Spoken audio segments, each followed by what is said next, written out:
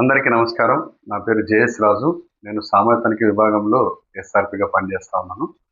ఈరోజు BBG Ramji act గురించి మనం తెలుసుకుందాం. భారత ప్రభుత్వం ప్రతిష్టాత్మకంగా డిసెంబర్ 2025న ఒక ప్రతిష్టాత్మక చట్టాన్ని తీసుకురావడం జరిగింది.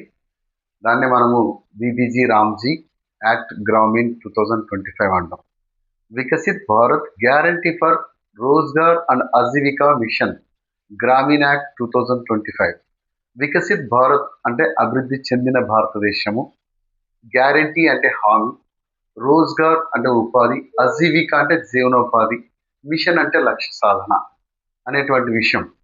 సో ఇది ఒక లక్ష్య సాధనతో పనిచేయడానికి ఈ యొక్క ఉపాధి హామీ పథకం మరి దాని యొక్క ప్లేస్లో ఇది రావడం జరిగింది. దాని యొక్క స్థానంలో ఉపాధి నరేగా స్థానంలో విబిజీ రామ్జీ యాక్ట్ అనేటువంటిది రావడం జరిగింది.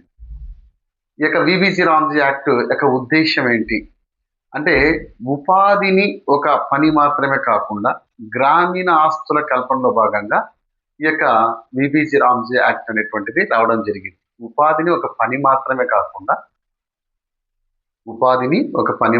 కాకుండా గ్రామీణ ఆస్తుల కల్పనలో భాగంగా గ్రామీణ ప్రాంతాల్లో ఆస్తుల్ని సృష్టించాలనేటువంటి ఉద్దేశంతో ఈ యొక్క విబిజీ రామ్జీ యాక్ట్ అనేటువంటిది రావడం జరిగింది.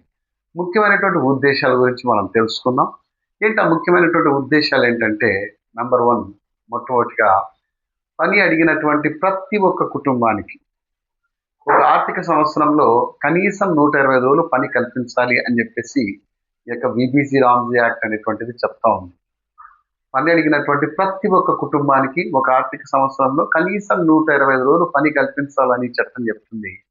దీనికి నియమించినటువంటి వయస్సు 18 సంవత్సరాలు కలిగి ఉండాలి. నైపుణ్యం లేనటువంటి పని చేయడానికి సిద్ధంగా ఉన్నటువంటి ప్రతి ఒక్కరికి కూడా దీంట్లో పని కల్పించడం విబిజీ రామ్జీ యాక్ట్లో మరి పని కల్పించడం జరుగుతూ ఉంది. అంతేకాదు ఈ యొక్క వేతనదారులు ఎవరైతే ఉన్నారో, శ్రామికులు ఎవరైతే ఉన్నారో వాళ్ళకి జీవనోపాధి మెరుగుపరచడమే కాకుండా వాళ్ళ యొక్క ఆదాయాన్ని కూడా పెంపొందించేటువంటి ఉద్దేశంతో ఈ యొక్క విబిజీ రామ్జీ యాక్ట్ అనేటువంటిది ప్రారంభించబడింది.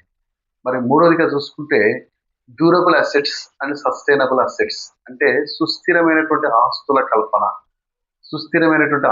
కల్పనని సృష్టించాలి, గ్రామీణ ఆస్తుల్ని సృష్టించాలనేటువంటి ఉద్దేశం. అంతేకాదు నైపుణ్యాభివృద్ధి పనులు చేయాలి. ఆ పనుల్లో భాగంగా బీసీపీపీ అని చెప్పేసి వికసిత్ గ్రామ పంచాయతీ ప్లాన్ ద్వారా గ్రామ పంచాయతీకి అవసరమైనటువంటి పనులన్నీ గ్రామ ప్రజలే 50% వరకు గుర్తించి అమలు చేసేటువంటి అధికారము ఈ యొక్క విబిజీ రామ్జీ యాక్ట్ లో ఉండడం జరిగింది. సో ఇవన్నీ కూడా ఉద్దేశాలు. ఇది ఏ లక్ష్యంతో పనిచేస్తుందంటే వికసిత్ భారత్ 2047 లక్ష్యంతో ఇది పనిచేస్తా ఉంది. వికసిత్ భారత్ 2047 ఎందుకు వికసిత్ భారత్ 2047 లక్ష్యంగా పెట్టుకున్నారంటే వికసిత్ భారత్ అంటే ఇంతకు ముందే మనం చెప్పుకున్నాం అభివృద్ధి చెందిన భారతదేశము అని. మరి 2047 అంటే భారతదేశానికి 1947లో స్వాతంత్రం వస్తే 2020 నాటికి 100 సంవత్సరాలు పూర్తి చేసుకోబోతా ఉంది.